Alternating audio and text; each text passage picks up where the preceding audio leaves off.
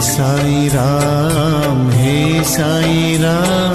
ஓம் ஸ்ரீ சாய்ராம். என் அன்பு குழந்தையே, உன் சாயப்பா பேசுகிறேன்.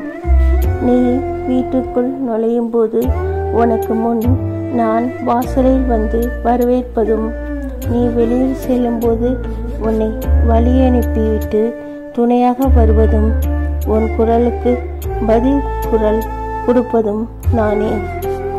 உன் வேண்டுதல் தாமாக நிறைவேறும் என்பதை புரிய வைக்க இனி வெளிப்படையாகவே நான் செயல்படுவேன்.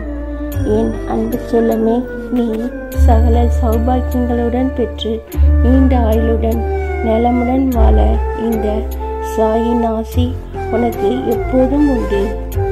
ஜெய் சாய்ராம்.